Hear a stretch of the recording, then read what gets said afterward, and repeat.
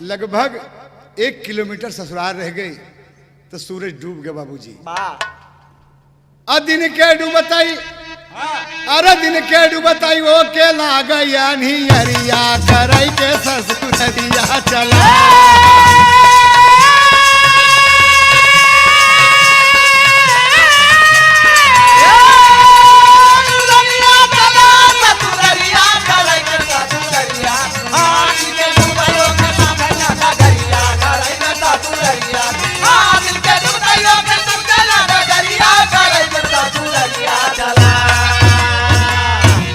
ए भैया अब वो एकदम लड़खड़ा के चले लगा। उसने तो कहूँ आगे पाँव रखी गड्ढा न हो, कहूँ इधर देखा तो उधर देखा तो हाथ ऐसे ऐसे करा था, और जैसे बाबूजी कहीं लपटा जाए जना कोनो शराबी हटे। और तब तक लड़का आज लाख डाट पर कबड्डी होत बा, और कबड्डी होत बा गोरू रोक के लड़का रोके हैं जो गोरू को चरवाह रहे, गोरू रोक के रखे हैं। और कबड्डी दोनों पार्टी में दुई गांव में 1 लाख डाट बा कि आज जे जीती देखा जाइएगा। अरे बाप रे कबड्डी में तब दे एकर जेकर रतौंधी होत बा एकर छोटकवा सार ननकौआ जेकर नाम बा, उ ननकौआ कबड्डी बोले बदे आ गया बा। अब बोल रहा है बड़ी तेज तेज, चल कबड्डी कबड्डी कबड्डी कबड्डी कबड्डी कबड्डी कबड्डी कबड्डी कबड्डी कबड्डी कबड्डी कबड्डी कबड्डी कबड्डी कबड्डी कबड्डी कबड्डी कबड्डी। ये अनहरा समझ गए कि तो एकर बोली तो जैसे हमरे सरवा की नहीं, तो हमारा छोटका सार जैसे, हाँ वही ना हो। तब ले वो अंदाजी वही ठोंक बैठा कि लगे तो तीर नहीं बुलाए ननकौआ बे,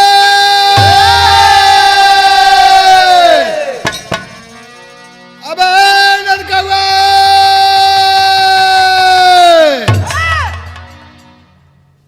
ननकौआ कबड्डी में मस्त बा। तब ले दू लड़किया बाहर से जाए का थी, हिरन को तोखा क्यों बुलावत भाग। अरे वो बोला था कि हमका क्या बोलाई बे, हम आज बिना कबड्डी खेले ना जा, महाराज ये का देख लिया। कहे नहीं, तब तक फिर आवाज आ था ननकौआ बे। ननकौआ समझे कि अरे ये तो हमरे जीजा की नहीं कोनो बोलत है। हाँ वो जल्दी से अपन कुर्ता कमीज लिए और जल्दी दौड़े दौड़े गवा जहाँ ही खड़े हैं बाबूजी एकदम आंधर की नहीं। ननकौआ सामने खड़ा बा, अरे जीजा पाँव लगी, जल्दी से पाँव पे गिरा, मतलब कैसा सुर नहीं था वो यहर खड़त बनी हारत हर कहे कबे इतनी तरीके से बोला था। कहें जीजा आज कबड्डी लाख डाट बहुत रही, आज एक गांव से दूसरे गांव को बाजी लग गई, आज बिना हराने छोड़े। लेकिन अब आप कहन के हम आए कि वहाँ व्यवधान के दिन काबे हम आवत है कि हम कहा तो ननकौआ हमारा कबड्डी बोल इतना बढ़िया क्या खेल भाई करी कबड्डी। कहे जी और हाल चाल ठीक बा, कहें हाँ हाँ सब बढ़िया बा। कहें कि ननकौआ, कहें हाँ, कहें तोर दीदी कैसे हैं, कहें देखा जीजा दे हमसे मजाक तो अरे सब ठीक है, कहाँ सब घर में ठीक है हमारे। कहना अच्छा ननकौआ एक बात बतावा, ये इतना गोरू चरावे ले आई है, तो इतना गोरू चरावत है काय हम कोनो जंडेलो बछवा है। कहने रे जी लड़की गैया का मकरका बछौना इतना तेज तर रहा कि पुट्ठा बहा देता था, ससुर भागा था जैसे मालूम होता रेलगाड़ी है। कहते लैया तो देखी, तो कहीं की का कर बे, चला घरे ना वही। कहते लैया तो देखी, और ये सोचत बा कि करे रतौंधी होत बा, ये सोचत बा कि अगर ये बरधा आए या तो एक सहारे हो सकता कि बैतरणी हम पार हो जाई, ससुराली पहुंच जाई। अब कैसे का कहा बाबूजी ले ननकौआ गवा बाबूजी मकरका बछुआ हकाए के सामने खड़ा कर देखे जीजा देखा है का देखा जी ओकरे पीठी पे हाथ फेर कहे ननकौआ कहे हाँ कहीं ये हरे में चले ससुर हेंगा में चले एक समझ लिया। कहीं का बोला था जीजा बिलावा जे एक बता देना कि पुट्ठा पता नहीं कि हाथ टपक टपकाई दे अथापी मार देता भागब। कन कतौ नहीं हम देखत ही बहुत ढूसुर भाई बैठ जाई बे।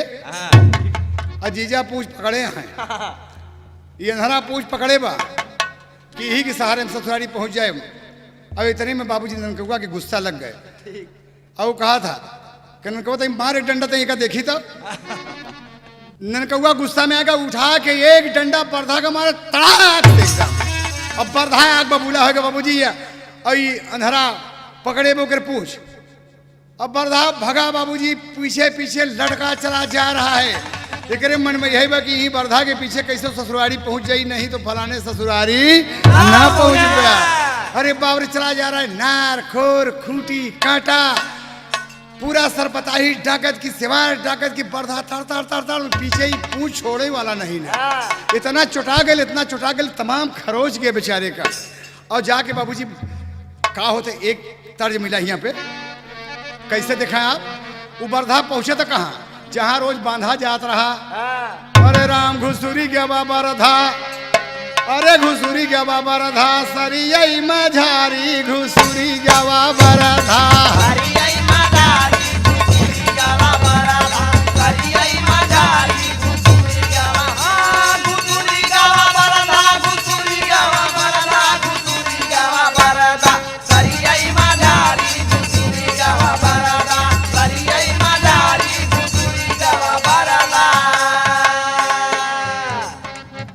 गोरू आए गेन, गोरू आए गेन सब। घरे वाले समझें कि गोरू चर के आवत है सब। अंदन कौआ हियाँ सोचत कि अरे बाप रे, जीजा पूछिए ही न छोड़े नहीं कैसे भवा कि अरे पप्पा रे बड़ी चोट खा गए हुई। लेकिन हियाँ देखा वो पहुँचा है, तब ले जहाँ बछुआ बांधा जात रहा वहाँ जाए के वो खड़ा हो गया खूंटा के पास, अपने हौदा के पास। देखे हौदा में कोयर नहीं बा, तब ले छोटकी सड़ुआइन ओकरे मन में आके झुआ में कोयर लिहल बाबू। ननकी साड़ुआई नावई गईली कोयरवा,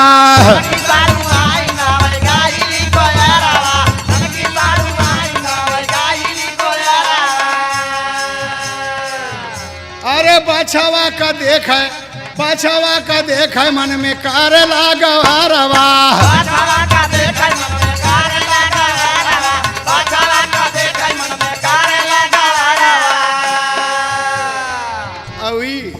रतनधिया जमन बा ई बैठा बा पूछ पकड़े बाबूजी, जैसे वो लौटी ओके कोयर कबार दे के वो लौटा था जैसे।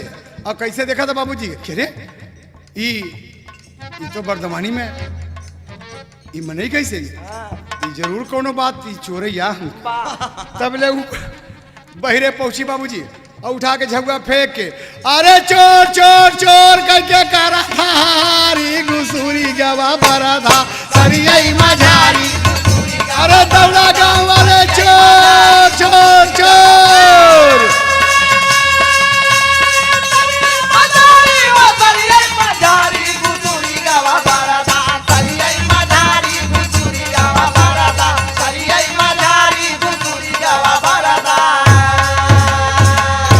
इतने में जब शोर सुने कि चोर कहाँ आए गिरी बप्पा रे, संजय चोर हाँ आए। वो है गौवा का दौड़े 10-20 लवंडवा,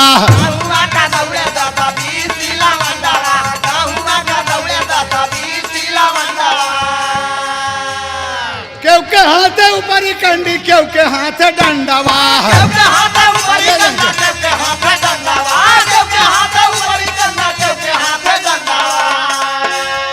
अरे जीजा जी का अच्छी तरह कराए खातिरदारी घुसुरी का बरधा सरियई मझारी घुसुरी गवा बरधा।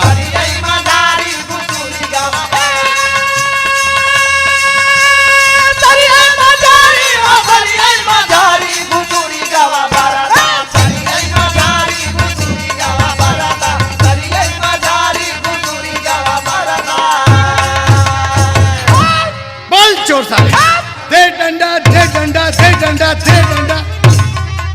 लात मुका घुसा एकदम पीट पाट के ऐसा न बकी। रे बाप रे, ये ससुरारी के खातिरदारी या हे भगवान रतनधी क्यों कनो हो। इतना चोट तो रास्ते में खाए बहू बरधई के पीछे पीछे नजनी कितना लात लगा बो करे। अहिया पर पूरा ससुरारी वाले मारकर थे। तब ले मतलब सड़वैनी के माई जो रहा है वो बगल में गए रहा है, वो हल्ला सुन के वो आगे कि काबा बेटी काबा बेटी काबा। कहीं पागल है तू तो जाके हुआ बैठी गया दिया के लसाने। तो कहीं नहीं समझ में आवत बाटे, यहाँ चोर आ रहा बरधा खोल लेकर खोल ले जा। तब कहाँ बा आई भगवती लूटे का मार देना थी कहन बहुत मारे ही बड़की माई। तो साले का हड्डी पसली तोड़ दी है, उठी ने जाएगी लेटा है बेचारा। इतनी मार पड़ी भी उठी नहीं सकत बा। बूढ़ा कहीं बाबू कहीं की बेटी ने के लिया मनी तो लिया चिमनी। चिमनी लेके बाबूजी जब पूछे देखा थी कि कहना अरे मोर बप्पा रे इतना बिट्टी के हमारे मेहमान हैं। कहें हम आई कहें हाँ बिट्टी के मेहमान हैं। अरे मोर बप्पा रे तबले वो लेटा पर कहें अय्या पालागी। कहें जिया बेटवा लंबी उम्र हो हमेशा खुशी रहा। और भैया कैसे तू इतने में ननकौआ गोरू लेके आएगे तमाम। कहें कहे हमारे तो दुआरे भीड़ लाग हो का बा। कहें ननकऊ चोर चोर कह के हल्ला मारे। अब वहीं तुहार माई आई कि हम सब बहुत पीटे। तुहार माई आई कि पहचान की था ना ना ना ना ना ये तो बेटी के मेहमान है। कहना अरे हटा हटा तो देखिए हटा तो भीड़ हटाएगी। जब अंदर पहुंचा कैसो जीजा जी। कहें ननकऊ बस बोला जी तू कहें जब तुम मारा जाए लगे तो कहा कि रहा कि हम फलाने के दामाद ही तो गांव वाले क्यों न मर्दन। कहन कब यही गांव में हम बियाहे में आए। यही गांव में हम गौने में आए। यही गांव में हम थौने में आए। अरे ससुर तुहार गांव आनहर बा हमका चिन्हत नहीं कि हम के ही हम बोलब तब जनबे कि फलाने ही हमका कौनो आनहर समझता काबे। खैस एक बात बताई जिया जी जब बरधा भगा तो कर पूछ काहे नहीं छोड़त। कहना बेवकूफ न बनाए बे। अगर हम बरधा छोड़ दे खियावा पियावा बछवा और कहूँ बहक जात तो कहता कि जीजा पूछ छोड़ दिया बछवा हमार बहक गा 4-6 हजार का नुकसान हमार करा जाए। हम तोहरे लाजन ससुर एक पीछे पीछे पकड़ कितना लात लाख बा हम ही जानी थी। कहने रे पप्पा रे ये कुछ समय में आज कहीं जीजा उठा कहीं ननका वो आवे के आएगे लेकिन हम उठब ना। कहीं लेटे रह कहीं ना उठब बे। माई आए गए बाबू आए गए कि उठा मेहमान गलती हो गए। गांव वाले सभी खुड़ के जीजा गलती हो गई जीजा गलती हो गई। देखा बाबूजी कैसा बा बीच बाजार में जूता मान गली में आए कि हाथ जोड़े उठ गए कहें जीजा चला चला बैठा एकदम तमाम गर्दा उर्दा जो लगा है वो का पूछ पाँच के गमछा से अपने झाड़ फूंक के बाबूजी आवत है और चारपाई के पास पहुंचे कहें जीजा जी चारपाई बैठा। चारपाई तो ओका दिखाता ही न बा वो बैठे कहाँ। तब ले कहा ननकऊ सुना हम आवे के आए गे बे अब मार खाए इनको समझ के कि तुहार इज्जत अपन इज्जत हम एक समझे मार खाए ली आवे के आए गे लेकिन चारपाई में न बैठा। कहीं का जीजा बात कर था पखुरा में हाथ लगाए बाबू दोनों हाथ पकड़ का जीजा बैठा बैठा बैठ गए। जीजा बैठा दे जीजा सोचे कि ये हम चाहत रहे चारपाई दिखात नहीं है हम बैठी कहाँ बैठ गए। बाबूजी अपने मन में सोचत हैं कि रे बाप रे जय हनुमान ज्ञान गुण सागर जय लोक उजागर है महावीर विक्रम बजरंगी कुमद निवार सुमत के संगी। हे भगवान मदद करा हे बजरंग बली। बड़ा गजब हो गया पहलवान साहब हम लंगोटा माने यही ऐसे जूता लाद खिवाऊ बे लंगोटा तो हम चढ़ाओ। अरे बप्पा रे तबले कौआ गोवा अपनी छोटकी बहन से कहा था ओ ओकर दीदी बड़की जोनी रतौंधिया का मेहरारू बा वो कहे कुछ समझ में नहीं आता बोले ठीक ठाक रहे कैसे मतलब बरधा का पूंछ पकड़ के यहाँ पहुंचे है। गांव वाले सब मारता है बोल नहीं पाए। कहे नहीं दीदी लाजन नहीं बोले सही नहीं बोले कि जे बियाहे में आए गौने में आए थौने में आए ओका नहीं देखा था सुबह गाँव वाले पीटा था तो गौने वाले आन्हा रहा ओका कुछ शंका भाई ओके कुछ शंका हो गई बाबूजी तो कहा था कहीं कहा के सर बताई बढ़िया बताई नींबू मुँह गाड़ दे रही तो बढ़िया गाड़ देखते नींबू मुँह केवड़ा जल वल छोड़ दे बनाए के शरबत बाबूजी वो करे आगे चढ़वाइन लिया के रख दिए कहे जीजा हला ला तो सबसे पहले देहात में पानी जा था बाबूजी तो देखा बाबू वो समझ गया कि ससुररिया माँ वो कर क्यों न देला सथवा अलैके सरबत जी जाया अपन धोवई गोड़ हाथवा अलैके सरबत जी जाया अपन धोवई गोड़ हाथवा अलैके सरबत जी जाया अपन धोवई गोड़ हाथवा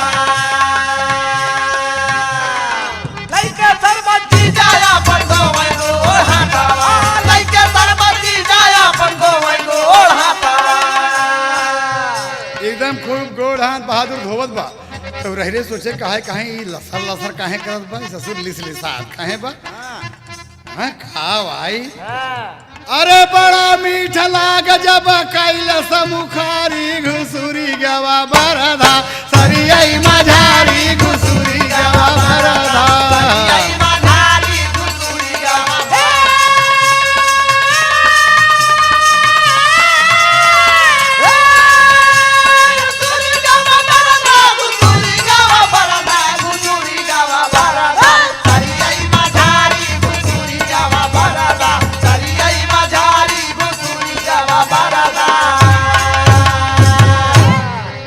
बाप रे ये मीठ मीठ लाग खाए दे तेरी गजब तो हो गई रे इधर शरबत रहा जवन कुछ बचा रहा बाबूजी उठाए के लोटा मारे गट गट गट गट पी गए ओका अजो के पी गए बाबूजी तो का कहा था कि अरे गजब तो हो गया कितना अच्छा शरबत रहा ही मजा आए गए तब ले सड़ुआइन बाबूजी पानी लेके आओ तो कहते अरे जीजा इस शरबत पर कैसे ननकौआ पहुंचा कहे कैसे यार इस शरबत कैसे आड़ा शरबत कैसे आड़ा है तू कहे ननकौआ कबे शरबत लिया के धै दी है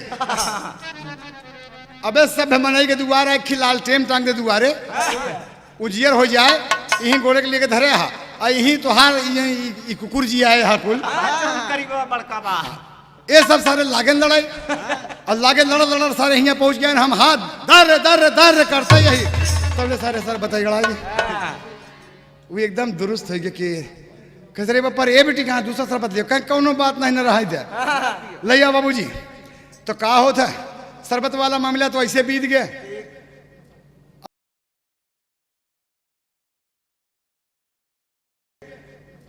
और गवाह अंदर बताया कि माई कहीं कुकुर लड़के सारे मारे शरबत भी अड़ाई दी हैं दूसरा दे शरबत बना के दूसरा शरबत आए जीजा पिए बैठा है प्रेम से कहीं जीजा कहीं हाँ कहीं और सुनावा जीजा हाल चाल कहीं देखा न कहूँ तोहरे मारा हम आए हम कहा न कहुआ हमारे बहुत मीठ मीठ बोला था बहुत अच्छा अच्छा बोला था यही बदे हम आए कहें अच्छा कहें हाँ तब ले भोजन तैयार हो गया वह का कहा था ननकऊ का भीतर बोलवायस अब बहन बतावे बतिया कहे जाके दरवाजे पे कही दे काफी हो गई रतिया करई बरे ससुररिया चले रे ननकवा कहा कि जीजा कैला जेवा नरिया करई बरे ससुररिया चले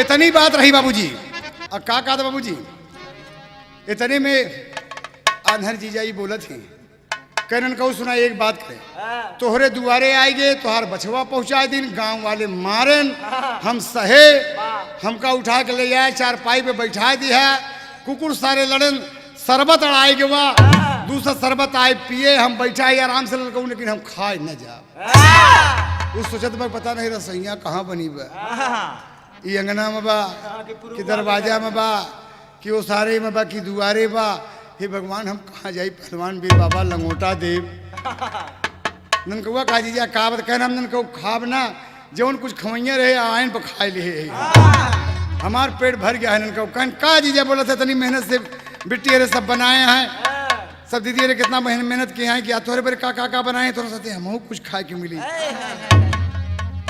चल जीजा उठा मतलब पगुरा में हाथ लगाए उससे यही तो चाहत रहे हम कि हम कहीं पर तब तक ननकऊ के कांधे पे उठाए के अंधरा धैन दे कहा ननकऊ तोहरे मारा आई थी बहुत अच्छा ननकऊ और रास्ता में आवत रहे गाना गाओ कि जादूगर सैया छोड़ मोरी बैया जादूगर सैया छोड़ मोरी बैया हो गई आधी रात अब घर जाने दे का जीजा इतना बेसुरा गावत इतना गड़बड़ मतलब एक जानता कैसे गावत था कहा जादूगर सैया छोड़ मोरी बैया हो गई आधी रात अब घर जाने दे जादूगर सैया छोड़ मोरी बैया हो गई आधी रात अब घर जादूगर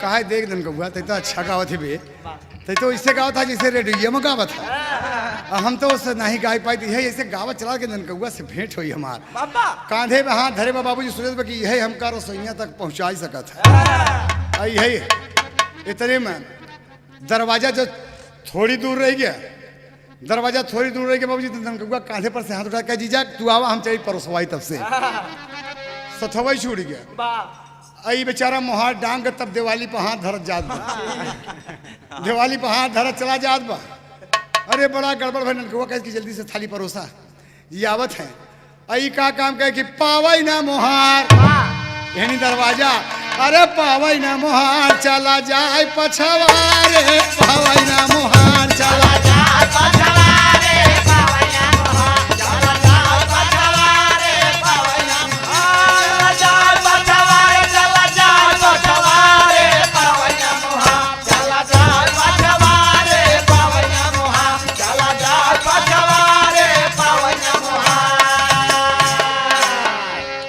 पछवार बाबा बड़ी ऊंच के खाई लड़का सयान बल भर की हले मुताई लड़का सयान बल भर कइले मुताई लड़का सयान बल भर कइले मुताई अरे छटक के सार चला गवा पुरसन मझारे पवई ना मुहार चला जाए पछवारे पवई ना मुहार चला जाए पछवारे पवई ना मुहार एकदम सही है बहुत अच्छे मास्टर समीर बारे जगदीश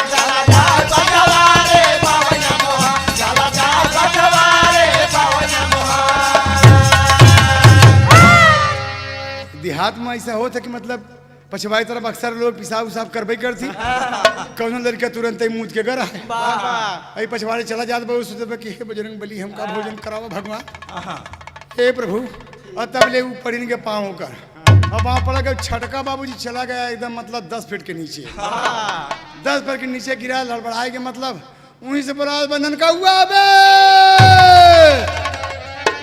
ननकौआ भीतरे बा उस सुने खेसरी एक आता हम दूरवा छोड़ के आई इसरवा पछरवा कैसे बोलत बा जल्दी से निकल के आए बाबूजी अबे ननकौआ अरे ननकौआ ओकर साथ जोड़ के कस हो हिया कैसे कहीं यहाँ पे